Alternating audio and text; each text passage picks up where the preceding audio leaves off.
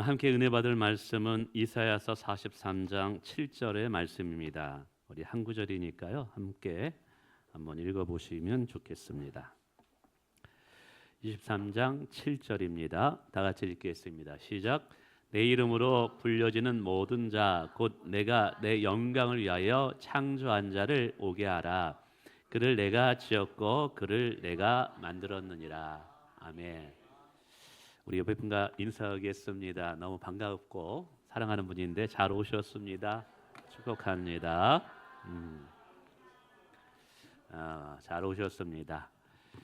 지난주에는 너무 휑했습니다. 근데 오늘 이렇게 또 명절 끝나고 안전하게 사고 없이 다시 돌아오게 되어서 너무 감사합니다. 오늘은 본문을 중심으로 인간이 창조된 목적이 무엇인가라는 주제로 살펴보기를 원하는데 좀 다소 무거운 주제입니다만 너무 중요한 주제입니다. 좀 부족하더라도 마음을 열고 귀를 열고 말씀을 들어주시면 감사하겠습니다. 한 젊은 직장인이 있었습니다. 이 청년은 좋은 대학을 나왔고요. 또 감사하게도 대학 때 공부를 열심히 했는지 그래도 최고의 기업에 입사를 하게 됩니다. 남들이 부러워할 만한 연봉과 또 직책을 얻게 되죠. 주변에서는 이 청년을 향해서 말합니다. 야, 성공했다. 또 가족들은 야, 출세했다 라고요. 그러나 어느 날 이 청년이 불 꺼진 사무실에서 혼자 앉으면서 자기의 삶을 되돌아보고 자기의 내면을 깊이 들여다보면서 이렇게 중얼거렸습니다. 이게 과연 내가 원하던 삶이었는가? 성공했는데 왜 이렇게 내 마음 한구석은 공허하지? 외적인 성취를 이루었지만 이 청년은 아직 내가 이 땅에 왜 존재하는가에 대한 질문에 대한 답을 찾지 못했던 것입니다. 이것이 오늘 현대인들의 모습은 아닌가 생각합니다. 얼마나 부지런히 열심히 사는지 몰라요. 아침 일찍 일어나서 저녁 늦게까지 일합니다. 더 많이 벌고 더 높이 올라가고 더 화려한 성공을 위해 달려가죠. 그러나 성공의 꼭대기에서 도달했으면 진정한 행복과 만족을 얻을 것 같은데 의외로 마음이 허전하다라고 고백하는 분들이 많습니다. 왜 이렇게 공허함을 느끼는 걸까요? 오늘 성경은 말합니다. 하나님께서 인간을 단지 생존이나 성공을 위해서 창조하지 않았기 때문이다. 오늘 우리는 하나님의 특별한 목적과 계획을 따라 창조된 존재이기 때문에 그렇습니다. 하나님께서 우리를 창조한 그 목적을 우리가 잃어버리면 아무리 많은 것을 가져도 아무리 남들어 부러워하는 높은 곳에 올라가도 사실은 만족이 없어요. C.S. 루이스라는 위대한 기독교 변증가는 이런 말을 했습니다. 인간의 마음에는 하나님만이 채울 수 있는 공간이 있다. 세상의 그 어떤 성공과 그 출세와 물질도 하나님이 채우시는 그 빈자리를 채울 수 없다라는 거예요. 왜냐하면 인간은 하나님의 형상으로 창조되었기 때문에 그렇습니다. 하나님이 그 공간을 채우지 않는 한 인간은 계속해서 목마를 수밖에 없다라는 것이죠. 오늘 우리는 우리 인생의 가장 근본적인 질문을 해야만 할 것 같습니다. 그 질문은 우리가 우리의 인생을 어떻게 성공해 갈 수 있느냐, 어떻게 내 인생을 행복할 수 있느냐, 그것보다 더 밑바닥에 있는 질문. 나는 왜 존재하는가? 아니, 하나님께서 왜 나를 창조하셨는가에 대한 질문에 대한 대답을 찾아야 된다는 것이죠. 성경은 과연 이 질문에 대해서 뭐라고 대답할까요? 다양하게 대답을 해줍니다. 그러나 시간상 오늘 저는 크게 아주 중요한 세 가지를 여러분들에게 설명해 드리고 싶습니다. 하나님께서 우리를 창조한 첫 번째 목적은 우리 창조된 피조물인 우리가 하나님을 영화롭게 하고 영원히 그를 즐거워하기 위함이라는 거예요. 다시요. 하나님이 우리를 창조한 가장 큰 이유 중에 하나는 하나님을 영화롭게 하고 그를 영원토록 즐거워하는 거라는 거죠. 그래서 오늘 이사야 43장 7절에 말합니다. 내 이름으로 불려지는 모든 자 곧 내가 내 영광을 위하여 창조한 자를 오게 하라. 이 말씀을 쉽게 풀어 헤친다면 내가 너를 창조한 이유는 나의 영광을 위해서다라는 거예요. 오늘날 많은 현대인들은 이걸 거절합니다. 무슨 말이야? 내 삶의 주인은 나인데 내가 원하는 대로 살아가는 것이 행복이야. 내가 하고 싶은 거를 다 하는 것이 행복이야. 이것이 자아의 성취야라고 생각을 합니다. 근데 그렇게 살아가는 인생일수록 끝 지점에 도달하면 많은 공허감이 온다라는 것이죠. 사람은 자신이 주인공이 되고자 할 때 결국 자신을 가장 사랑할 수밖에 없습니다. 근데 가장 자신을 사랑하게 되면 자신을 최고로 높일 수밖에 없거든요. 이게 뭐냐면 자신을 우상화하는 거예요. 가장 높은 곳에 올라가는 이 인간 존재는 늘 언제 내려갈지 모르는 불안함이 있습니다. 그리고 비교함으로 다른 사람과 시기심이 있거나 열등감에 빠지게 된다는 사실이죠. 근데 오늘 성경은 우리에게 이야기하고 있습니다. 너는 너 자신을 영화롭게 하기 위해서 지음받은 존재가 아니다. 너는 하나님의 영광을 드러내기 위하여 창조된 자이다라고 분명히 성경은 이야기하고 있다는 사실이에요. 아마 처음 교회를 나오신 분들이나 신앙생활 처음 하는 분들은 이렇게 제가 말씀드리면 야, 하나님 너무 이기적이다. 우리가 손해보는 것 아닌가라고 생각하실 것입니다. 근데 하나님을 영화롭게 한다는 의미를 모르기 때문에 생각하는 오해예요. 정말 하나님을 영화롭게 한다는 것이 무엇인지를 잘 이해하면 야, 이것이 우리의 인생을 얼마나 견고하게 하고 풍요롭게 하는지를 알게 됩니다. 하나님을 영화롭게 한다는 게 뭘까요? 단순히 예배 시간에 와서 찬송 한번 부르는 것, 예배 한번 참여해 주는 것, 여러분 이것이 영화롭게 하는 게 아니에요. 하나님을 영화롭게 한다는 것은 우리의 말, 우리의 행동, 특별히 다른 사람을 대하는 이 태도를 통하여 하나님의 거룩한 성품이 나를 통하여 드러나게 하는 것, 이것이 하나님을 영화롭게 하는 삶이라는 사실이에요.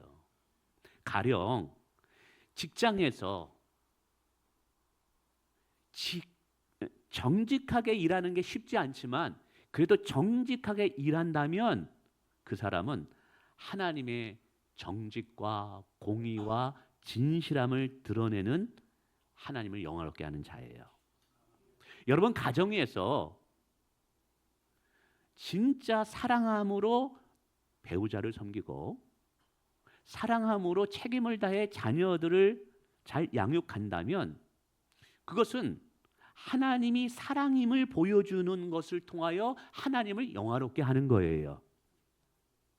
이해할 수 없는 고난 중에서 원망하거나 불평하지 않고 하나님의 신실함을 믿고 인내한다면 세상과 구별된 모습을 통하여 그리고 우리의 믿음을 통하여 하나님을 영화롭게 한다라는 거예요. 그러니까 하나님을 영화롭게 한다라는 이 모든 삶은 하나님이 진리이기 때문에 결국 우리의 삶이 진리 위에 세워지는 삶이 되는 거예요. 여러분, 진리 위에 세워지는 삶은 흔들리지 않습니다. 참된 빛, 참된 진리 안에서 걸어가는 자는 두렵지 않습니다. 이게 우리에게 복이 되는 거예요. 그리고 영원토록 하나님을 기뻐한다라는 건 뭐냐면 하나님이 나의 기쁨의 근원이 되게 한다는 거예요. 아니 어떻게 하나님을 영원토록 기뻐할 수 있을까요? 하나님을 사랑하지 아니하면 이게 불가능해요. 연인끼리 사랑을 한다고 생각해 봅시다. 뜨겁게 사랑한다면 그 연인의 그 대상이 나의 기쁨의 근원이 될 거예요. 그렇잖아요. 내가 내 여자친구를 정말 사랑한다면 그 여자친구를 생각할 때마다 내가 기쁘거든요. 여자친구를 생각할 때마다 뭔가 내가 기분이 좋거든요. 그것은 그 여자친구가 나의 기쁨의 근원이 되는 거예요. 왜냐하면 이게 사랑하기 때문이라는 것이죠. 그러나 이제 세상에 사람들의 사랑은 한계가 있기 때문에 이제 그런 문제가 생기는 거잖아요. 그러니까 하나님을 영원히 기뻐한다라는 것은 하나님을 사랑할 때만이 이게 가능하다라는 거예요. 근데 생각해 보세요. 하나님을 내가 진심으로 사랑하여 하나님이 내 마음의 기쁨이 될 때 하나님이 내게 더 사랑해 주지 않겠습니까? 하나님을 사랑할 때 하나님은 더 큰 놀라운 사랑으로 우리에게 충만히 채워진다는 거예요. 한번 생각해 보세요. 내 안에 하나님을 사랑하는 마음과 또 하나님이 나를 그 사랑하는 마음이 내 안에 충만하다면 내 영이 어떻게 반응하겠습니까? 내 안에 하나님의 사랑으로 가득 찬다면 성경은 사랑은 두려움을 내어쫓는데요. 그리스도의 사랑이 내 안에 충만해서 내가 그리스도를 나의 삶의 기쁨의 근원으로 삼다면, 여러분 그리스도의 사랑이 내 안에 충만한데 다른 그 어떤 사랑에 대해서 갈급할 필요가 없잖아요. 왜 사람들이 이걸 쫓고 저걸 쫓을까요? 그 안에 갈급함이 있기 때문에 그걸 쫓는 거예요. 우리가 요한복음 이제 4장에 보면 사마리아 여인이 나옵니다. 남편을 5번이나 바꾸었어요. 이 남자를 만나면 내가 사랑받을까? 저 남자를 만나면 사랑받을까? 어떤 남자도 이 여인의 만족된 사랑을 채우지 못했던 거예요. 이 여인은 사랑에 대한 고갈이 있었던 거죠. 그런데 하나님의 사랑이 내 안에 충만하면 어떤 것으로부터 결핍을 느끼지 못합니다. 왜냐하면 하나님의 사랑은 완전하기 때문에 그런 것이죠. 그래서 오늘 우리가 하나님을 영화롭게 한다라는 것, 하나님을 기쁨의 근원으로 삼는다라는 것은 오히려 우리의 영혼을 더 풍성하게 하고 우리의 삶을 진리 위에 서 있기 때문에 강하고 담대한 삶을 살게 하는 원천이 된다라는 거예요. 하나님을 기쁨의 근원으로 살아보십시오. 세상의 비교와 불안에서 벗어난 참된 자유를 얻게 되는 줄 믿습니다. 한 청년이 이런 간증을 하더라고요. 전에 돈이 인생의 목표였어요. 그런데 하나님을 알고 사랑하다 보니 돈은 수단이 되었고 이제 비로소 하나님이 내 삶의 이유가 되었습니다. 그렇습니다. 하나님을 영화롭게 하는 삶이야말로 성도가 성도답게 하는 삶의 원천이 돼요. 성도가 진짜 하늘의 만족한 삶을 누리게 하는 비밀이 됨을 믿으시길 바랍니다. 여러분, 하나님을 영화롭게 하고 하나님을 나의 기쁨의 근원으로 삼는 것은 절대로 우리에게 손해가 아닙니다. 두 번째, 하나님이 창조한 목적은요, 하나님과 사랑의 교제를 누림으로 우리의 삶이 풍성케 하기 위함이에요. 요한복음 10장 3절에 말합니다. 영생은 곧 유일하신 참 하나님과 그의 보내신 예수 그리스도를 아는 것이라. 하나님을 아는 것, 이것이 영생의 본질이래요. 이것은 우리가 하나님과 사랑의 친밀한 교제를 나눌 때 우리의 영혼이 진짜 만족과 풍성함을 누린다라는 거예요. 많은 사람들이 요즘 SNS를 합니다. 수천 명의 팔로워가 있으면 굉장히 좋아하고요.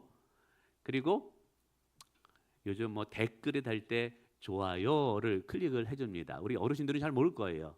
그러면 굉장히 기분 좋습니다. 근데 그것이 좋아요를 안 하면 뭐가 불만인지, 뭐가 계속 그게 몇 개가 달렸는지 많은 사람들이 봅니다. 여러분, 하나님이 없으면 사람의 인정에 의해서 오르락 내리락 해요. 근데 하나님과 깊은 사랑의 교제를 나누잖아요. 세상으로부터 자유합니다. 저는 인사도 안 해요. 페이스북도 안 해요. 누가 뭐 댓글을 했을 때 뭐 올려주느냐 안 올려주느냐 그런 거 신경 쓰지 않아요. 왜요? 이미 내 안에 하나님의 사랑이 충만하기 때문에 그렇습니다. 그래서 저는 더 이상 다른 것에 궁핍함을 누리지 않습니다. 어떤 아이가 밤길을 갈 때 굉장히 두렵겠죠. 그러나 아버지가 아이의 손을 붙잡고 간다면 절대 이 아이는 어둠 속에서도 두려워하지 않고 평안할 거예요. 이처럼 하나님과 교제한다는 것은 어둠의 터널을 하나님과 동행한다는 것과 같음을 믿으시길 바랍니다. 그래서 하나님께서 우리를 창조하신 이유 중에 하나는 하나님과 우리와 뜨거운 사랑의 관계를 맺음으로 하나님과 친밀한 교제를 누림으로 하나님이 주시는 풍성함을 누리고 그 사랑을 가지고 우리의 이웃들을 사랑하기 위함이라는 사실이에요. 우리가 죄인이기 때문에 우리 옆에 있는 형제자매들을 우리가 쉽게 용서하거나 사랑하지 못해요. 용서한다 했다 하더라도 얼굴 보면 다시 화가 치밀어 옵니다. 그런데 원수까지 사랑할 수 있는 힘이 어디서 나오느냐 하면 원수된 나를 하나님께서 일방적으로 조건 없이 사랑한다는 그 사랑을 진심으로 깨닫고 그 아버지 하나님의 사랑이 내 안에 들어올 때 비로소 나도 내 원수를 사랑할 수 있는 힘이 생기는 거예요. 이렇듯이 하나님과 친밀한 사랑의 교제를 나누는 것은 너무너무 중요합니다. 그럼 성경에서 하나님과 사랑의 교제를 나누는 방법이 뭐가 있냐? 여러분이 이미 다 알고 있어요. 아는데 행하지 않는 거죠. 예를 들자면 기도예요. 기도는 하나님께 마음을 드리는 대화입니다. 하나님은 우리가 진심으로 하나님 앞에 우리의 마음을 토로할 때 절대로 우리를 외면하지 않습니다. 우리 하나님은 작은 음성에도 귀를 기울이시는 분인 줄 믿으시길 바랍니다. 기도는 물론 우리의 문제를 해결하는 하나님의 능력의 수단이기도 해요. 그러나 더 깊은 곳으로 들어가 보면 기도는요, 하나님과의 관계를 만드는 통로가 된다라는 사실이에요. 우리는 기도를 통해서 하나님의 은혜를 경험하고 기도를 통해서 하나님의 사랑을 고백할 수 있다는 거예요. 왜요? 기도는 하나님과 영적인 대화이기 때문에 그래요. 뿐만 아니라 하나님의 말씀을 묵상하는 것. 성경은요, 하나님이 우리에게 말씀하시는 연애 편지예요. 하나님께서 우리를 얼마나 사랑하는가를 알려주고 싶어서 기록한 편지가 성경책이라는 거예요.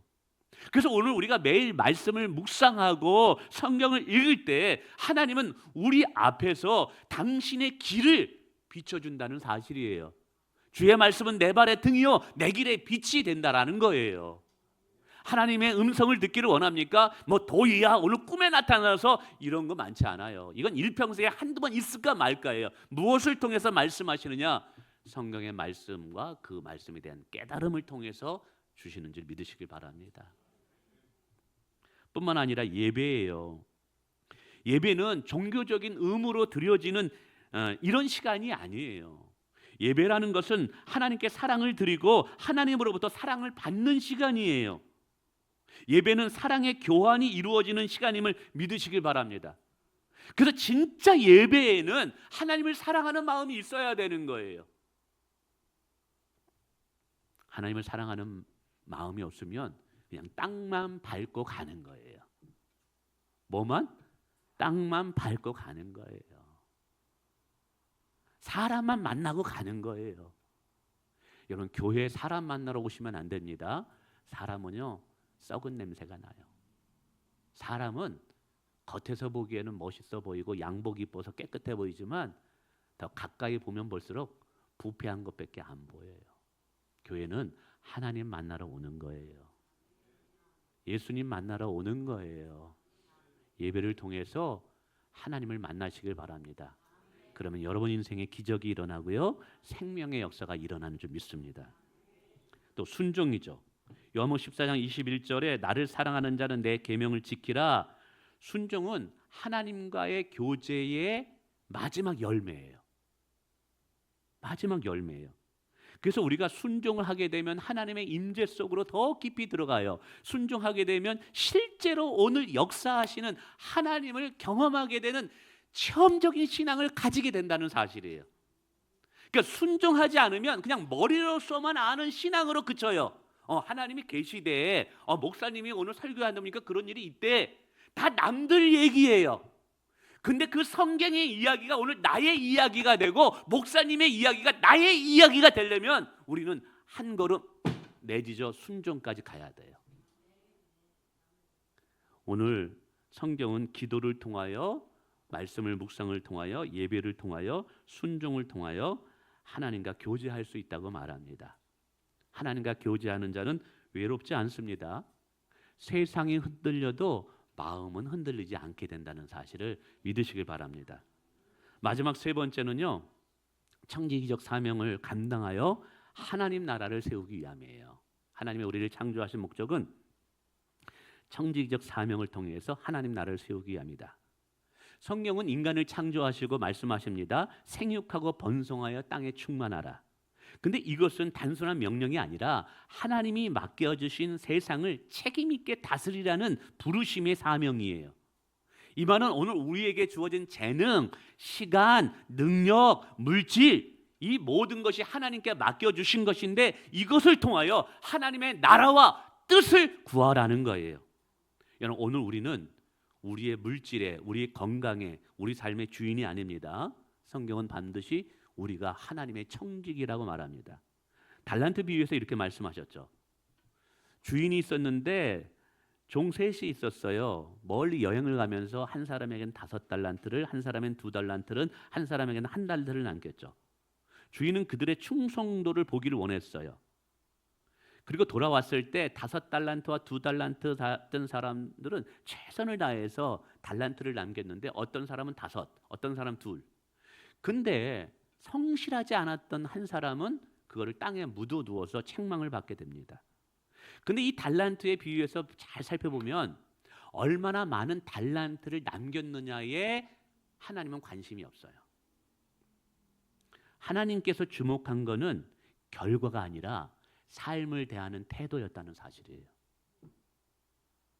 사람마다 능력이 다 달라요. 가진 은사가 다 달라요. 재능들이 다 달라요. 그거를 그냥 공장에서 기성품을 뽑아냈듯이 이렇게 해야 되는 이게 아닌 거예요. 하나님께서는 우리의 삶에서 똑같은 어떤 결과를 요구하는 것이 아니라 결과는 하나님께서 하시는 거예요. 내 삶에서 내 주어진 환경 속에서 얼마나 그리스도인답게 선한 청지기로서 삶을 살아가느냐, 삶을 대하는 태도, 사람을 대하는 태도를 하나님께서는 중시 여긴다라는 것이죠. 여러분, 많이 남겼느냐보다 내 삶에서 얼마나 성실함으로 충성하였느냐가 하나님께는 중요하다는 사실이에요. 한 장로님이 이런 간증을 하시더라고요. 젊었을 때는 회사가 내 것인 것처럼 생각해가지고 열심히 일했대요. 근데도 늘 불안했대요. 이게 언제 어떻게 위기를 만나고 문을 닫을지 모르니까. 그런데 이 장로님이 은혜를 받고 나서 깨닫게 된 것이 있어요. 이 회사는 하나님께서 내게 잠시 맡겨주신 것이고 진짜 이 회사의 주인은 하나님이라는 사실. 나는 관리자일 뿐이라는 사실. 이거를 깨닫고 나서 회사에서 창출한 수익의 일부를 선한 청지기와 같이 선교, 구제, 장학 헌금을 위해서 사용하게 됩니다. 그때부터 진정한 기쁨과 평안을 누리게 됐다고 고백을 하더라고요. 저도 마찬가지예요. 여러분, 할렐루야 선교교회 여기 서 있는 원목사가 아닙니다. 저는 은퇴하면 그냥 떠나게 될 사람이에요. 이게 무슨 말이냐? 저는 제가 하나님께서 허락한 시간 안에서 제가 맡은 역할을 최선을 다할 뿐인 거예요. 교회 재산, 자동차 이거 제 거 아니에요. 다 하나님의 거예요. 그래서 자동차도 그렇고 사택도 그렇고 절대로 저는 제 이름으로 소유해 놓지 않습니다. 다 교회 이름으로 되어 있어요. 이게 왜? 내 게 아니니까.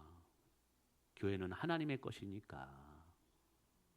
그러다 보니까 무슨 일이냐면 내 것이라고 생각하면 막 불안하고 이거 없어지면 어떡하냐. 아니더라고요. 건축하는데도 어차피 하나님의 거니까 하나님이 하실 것이다 생각이 들더라고요. 할렐루야. 근데 하나님이 하셔요. 누가복음 16장 13절에 너희가 하나님과 재물을 겸하여 섬길 수 없다고 말씀하셔요. 이거는 물질이 축복이 될 수도 있지만 우상이 될 수도 있기 때문에 이렇게 말씀하신 거예요. 성경을 보면 하나님은 가난을 미워하지 않아요. 가난이 죄 아닙니다. 그렇다고 부유함도 죄가 아니에요. 돈을 많이 버는 것도 죄가 아니에요. 물질이 필요 없다 이렇게 말하지도 않아요. 또 물질이 죄악이다 라고 말하지 않아요. 문제는 뭐냐면 돈이 목적이 되느냐 수단이 되느냐를 관심 있게 본다는 거예요. 물질이 목적이 될 때 그 물질은 반드시 하나님의 자리를 차지하게 되면서 그 물질이 하나님을 대신하는 우상이 됩니다. 하나님보다 돈을 더 의지하게 되고요, 하나님보다 돈을 더 사랑하게 되게 됩니다. 이때부터 인간은 타락하게 되는 거예요. 하나님께서 우리에게 돈을 주신 이유는 돈의 종이 되기 위함이 아니라 돈을 관리하는 자로 부르셨다는 사실이에요. 여러분, 돈이 주인이 되면 불안이 따라옵니다. 그런데 하나님이 주인이 되면 평안이 따라옵니다. 오늘 성도의 평안을 누림은 소유를 얼마나 많이 하는가에서 주어지는 것이 아니라 하나님을 얼마나 의지하느냐에 결정된다는 사실이에요. 여러분, 착각하시면 안 돼요. 내가 돈을 많이 가지면, 돈을 많이 벌면 그것이 나에게 평안을 줄 것 같지요. 천만의 말씀입니다. 성경에 보면 그 실패한 자들이 얼마나 많은데요. 솔로몬도 얼마나 많은 소유물을 얻었는데 고백하잖아요. 다 헛되고 헛되다고. 오늘 저와 여러분의 평안은 얼마나 많은 물질을 소유하느냐에 있는 것이 아니라 물질의 주인 되신 하나님을 얼마나 의지하느냐에 의해 결정된다는 사실입니다. 성경은 하나님의 나라와 의를 먼저 구하래요. 이것은 곧 우리가 가진 재능, 우리가 가진 물질, 우리가 가진 시간을 어디에 써야 하는지를 알려주는 것입니다. 우리가 가진 시간과 물질과 우리의 모든 것들을 하나님의 나라와 의와 뜻을 이루는데 사용하시기를 축원을 드립니다.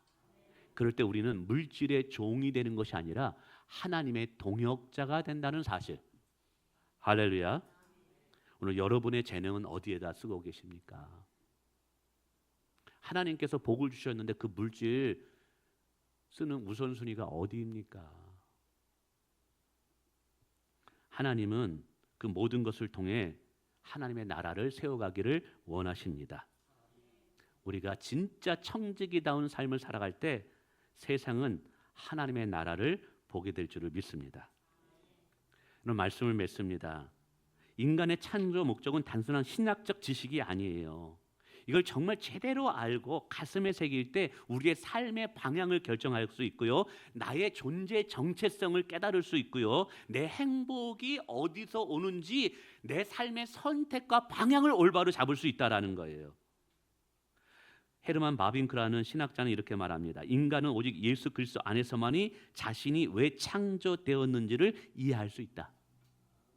우리는 예수 그리스도 안에 있을 때 내가 왜 존재하는지, 내가 무엇 때문에 살아가야 하는지, 하나님이 왜 나를 창조하셨는지를 깨닫게 된다는 사실이에요. 여러분, 예수 그리스도 안에서 여러분의 인생을 셋업을 다시 하시길 바랍니다. 예수 그리스도 안에서 여러분의 삶의 존재 이유와 살아가는 이유를 새롭게 정립하시기를 주님의 이름으로 축원을 드립니다.